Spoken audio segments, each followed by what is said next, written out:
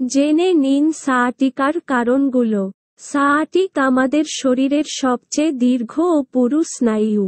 মেরুদণ্ডের কোমরের অংশের কশেরুকা থেকে বের হয়ে দুই পাশের নিতম্ব থেকে শুরু করে পায়ের পেছনে দিক দিয়ে হাঁটুর নিচে পর্যন্ত নেমে গেছে এই স্নায়ুগুচ্ছ।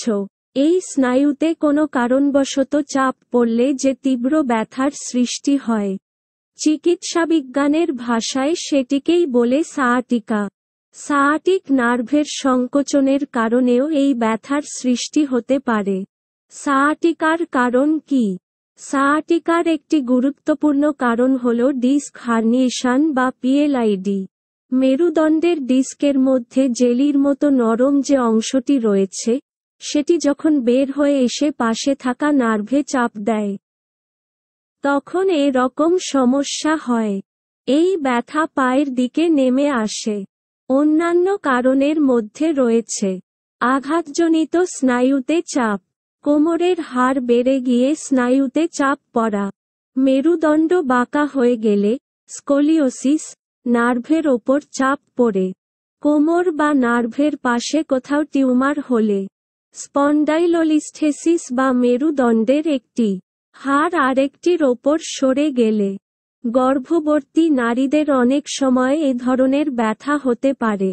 স্থূলতা, পাইরিফর্মিস সিনড্রোম, ভুল দেহভঙ্গি, লাম্বার স্পাইনাল স্টেনোসিস বা সুষুম্না সংকীর্ণতা, এন্ডোমেট্রিওসিস, ক্যান্সার, কোডাইকুনা সিনড্রোম।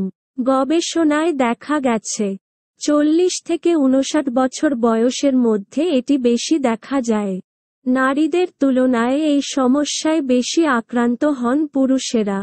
সায়াটিকা রোগের উপসর্গ: পিঠের নিচের অংশ, কোমর, নিতম্বের হাড়, পায়ের পেছনে ব্যথা, নিতম্বের মাংসপেশিতে ব্যথার অনুভূতি, পায়ের পেছনে দিকে জ্বালাপোড়া ও অসাড় বোধ, পায়ের পাতায় ঝিঝি ও অসাড় বোধ, এক পায়ে, মাঝে মধ্যে দুই পায়েই দুর্বলতা, দাঁড়িয়ে থাকতে ও হাঁটতে অসুবিধা ও অসাড় বোধ করা, দীর্ঘক্ষণ বসে থাকতে সমস্যা, মূত্র ও মলত্যাগে সমস্যা, ব্যথার ধরন খোঁচা খোঁচা ব্যথা বা শুটিং ব্যথার সঙ্গে জ্বালাপোড়া হয়, যা কোমর থেকে পায়ের পেছনে দিক হয়ে পায়ের পাতায় চলে যায়। চিকিৎসা কি? সায়াটিকার ব্যথা সারাতে সাময়িকভাবে কিছু ব্যথানাশক ওষুধ দেওয়া হয়, যা আসলে স্থায়ী সমাধান নয়। এই জাতীয় সমস্যার সমাধানের আধুনিক চিকিৎসা হল সমন্বিত চিকিৎসা পদ্ধতি। এতে রয়েছে ইলেক্ট্রোমেডিসিন, আকুপাংচার বা clinical dry needle, therapeutic exercise, manual stretching সহ আধুনিক ফিজিওথেরাপি। দেলোয়ার হোসেন চৌধুরী, কনসালটা।